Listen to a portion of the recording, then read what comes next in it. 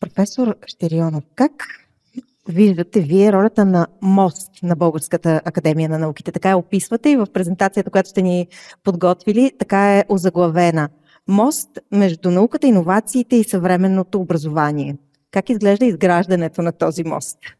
Благодаря. Ще си позволя да стана, нали? Може.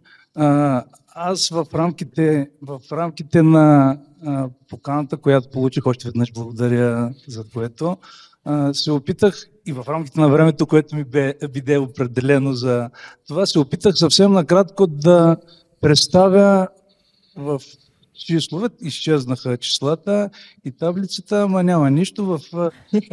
Ето ги. Така. Дайте. Така. Се опитах в рамките на един 5-годишен период да представя това, което Българска академия предлага като патенти и полезни модели. Тук говорихме за връзката между образованието и бизнес. Пропусна се и науката. Айде да се опитаме да... Приемам го не така, случайно. Айде да се опитаме да покажем какво прави науката в рамките на 5 години с оглед подпомагане на този тип процес. Българска академия на науките като най-голямата научна институция в България се опитва в рамките на тези 5 години да предостави на бизнеса и на всички, които са потребни от такъв тип информация и дейности, 430 полезни модела и патенти. Независимо, виждаме тенденцията, тя е свързана с един процес, който ни е добре познат, пандемията, на лек спад, но независимо от това, в рамките на този 5-годишен период академията се съхранява като най-голямата и водещата институция в предоставянето на този тип и патенти, и полезни модели. Давам пример за няколко от тези, които в последно време правят впечатление, и отварям една скоба.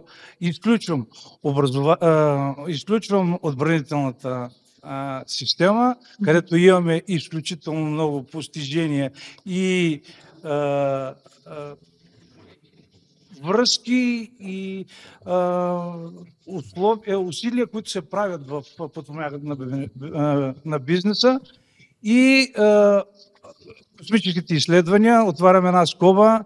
В близките, мисля, че преди 2 седмици се подписа един меморандум между едно звено на Китайската академия на науките и Института за космически изследвания към Българска академия на науките за създаване за подпомагане от страна на Българската академия на науките, създаването на първата китайска база на Луната. Това е оценка. Екипа на доцент Асеновски е достатъчно добре познат и намира своето място в този тип дейности. Продължавам нататъка за взаимоотношенията между академията и институциите по отношение на иновациите и това, което може да се предостави на различните учебни заведения, научни институции, на браншовите организации, на министерствата и агенциите и на неправителствените организации.